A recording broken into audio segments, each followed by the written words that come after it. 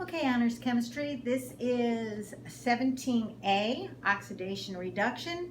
We're going to start off by remembering our oxidation numbers. How do we get them? Earlier in the year, and you may have to look back on the chapter, you found out how to get oxidation numbers. Remember, anything in its normal natural state, like all the diatomic gases and all of its metals, the oxidation numbers would be 0. So if I'm looking at this, magnesium metal would have an oxidation number of 0.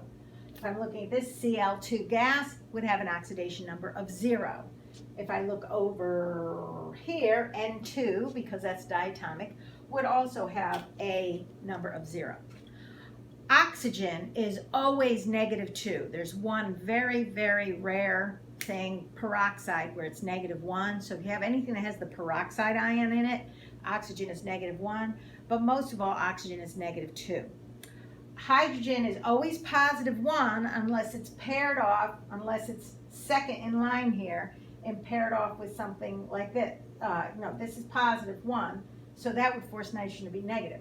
But if it was lithium hydroxide, well, any alkali metal and alkali earth metal that has a normal ion of +1 or +2, that's its oxidation number. So lithium is +1, and we couldn't put it together unless H is -1. So H is -1 when it's bonded with a metal like this. It's +1 all the rest of the time. So over here it's +1 because it's not bonded to a metal. All right, all of your halogens are not -1. You've got to be careful. All the rest you get by adding up and figuring it out. For example, if I have NaClO4, okay? Well, we know Na is +1. We don't know what Cl is, but we do know oxygen is -2, and there's 4 of them, so it's -8. So hopefully you remember this. If not, get some practice with it. So if you look at this, Cl, this is going to be -7, so Cl in this case is going to be +7. So when you get to the nonmetals, you really have to do the addition thing to find out what its oxidation number is. So go back and review your oxidation numbers. The review is on bottom page 437. It tries to remind you what the rules are, but you can flip back and do a few practice problems to remember. But usually in this chapter they pick easy ones because we mostly want to deal with oxidation reduction reactions. An oxidation reduction reaction is a reaction where oxidation numbers change from one side to the other. And most of the time, those are the single replacement ones. Remember in last chapter where we put the piece of metal in hydrochloric acid and it bubbles out the H2 gas? That's an oxidation reduction reaction. That's a metal with an acid, single replacement reaction.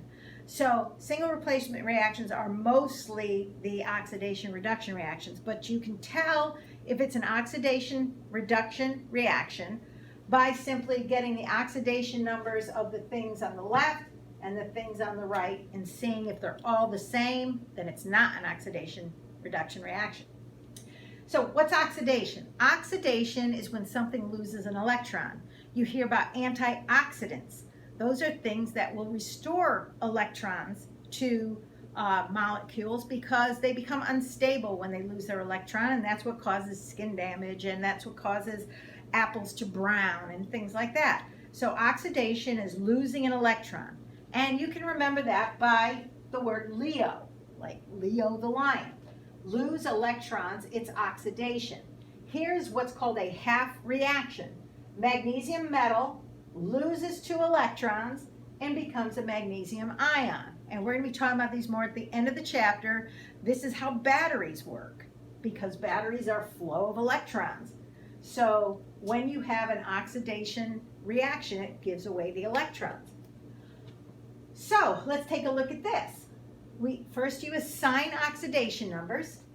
Well, let me go to reduction. Reduction is when something gains electrons. Reduction. So you can remember this by saying Leo the lion says grr. So lose electrons, oxidation. Gain electrons, reduction. So if it gains electrons, becomes less negative, then it has been reduced. So whatever is doing the oxidation, whatever is taking away that electron is called the oxidizing agent. In reduction, whatever is losing the electron to give it to something else is called the reducing agent. So what's being reduced is the oxidizing agent. The thing that's being oxidized is the reducing agent. So let's look for those in this equation, because this is the kind of thing you'll be doing. So Na, solid, is in its normal form, so it has an oxidation number of 0. So you can just put it on top. Chlorine, and when you're doing your homework and when you're doing your chapter reviews, I want to see this work. I don't want you to just say, oxygen's being reduced, and now show me how you figured that out. Chlorine gas is in its natural state because it's diatomic, so it also has 0. Now when NaCl is put together ionically, it has transferred electrons. So that sodium has a positive 1 charge now, and chlorine has a negative 1 charge. And you can just check the charges on the periodic table. You know how to do that. So which one has lost the electron? Well, if it's lost the electron, it's gained more. It'll become more positive. So going from 0 to positive 1, the number has gone up from left to right. Sodium has been oxidized.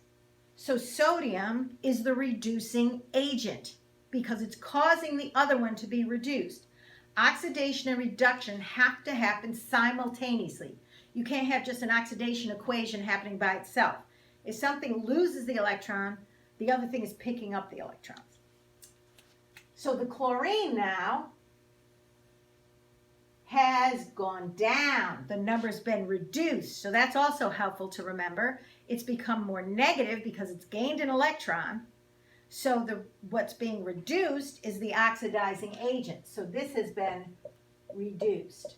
So if you are asked, so this is definitely an oxidation reduction reaction because the oxidation numbers have changed on each side.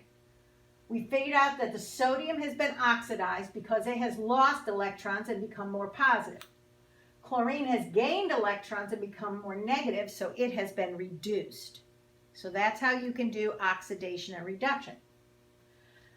Now, how do we balance oxidation and reduction equations? Because you can't just balance them left and right, you have to do with the oxidation numbers. So first, you assign oxidation numbers to everything. Remember, H is positive 1. There's 3 of them, so that's positive 3. So this N has to be negative 3 in order to balance it out. Oxygen is negative 2. There's 2 of them, so it's negative 4. So this has to be positive 4 to balance it out. This is N2 gas in its natural state, so it is 0. This is water, so it's negative 2, and this is positive 1. Don't multiply them together when you put them on top. For example, don't put negative 4 up here. The oxidation number of the oxygen is negative 2. Don't put positive 3 up here because the oxidation number of hydrogen is positive 1. You only multiply them together to figure out what the other one is. So let's take a look. What has been oxidized? In other words, what has lost electrons and become more positive? Well, this nitrogen right here has gone from negative 3 to 0. So obviously, it has lost some electrons. So this has been oxidized. Now, oxidation reduction can be the same element. For example, here, this has gone from positive 4 to 0. So here, it's been reduced. It's not always the same element, but in this example, it is. So we figured out what's been oxidized and reduced. So now you look at these pairs and you say, what's the gain 4 to 0? Well, it's 4. What's the gain? Negative 3, or that's 3. So you take the number difference there. Now you have to find the least common multiple of those. So what's the least common multiple between 3 and 4? It would be 12. So that means we have to multiply this by 3 and this by 4. So multiply the two things by 4. So you'd have 4 NH3 plus 3 NO2 makes, now this one had both of them, like I said, doesn't always happen. So it'd be 4 plus 3 N2 plus H2O. So we have 4 NH3 plus 3 NO2 makes 7 N2 plus H2O. Now we have the oxidation reduction part balanced. Now just use regular balancing techniques to get the rest. For example, if you look on this side, you have 4 and 3, so you have 7 N's, but over here you have 14 N's. So if you have 14 on this side and 7 on this side, you automatically have to double these two.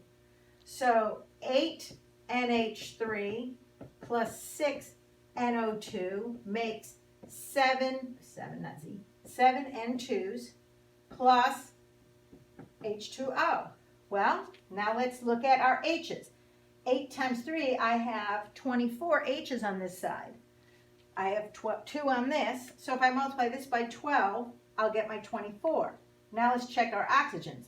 6 times 2 is 12, 12 times 1 is 12, and now it's balanced. So once you reach this point, use regular balancing techniques to get the rest.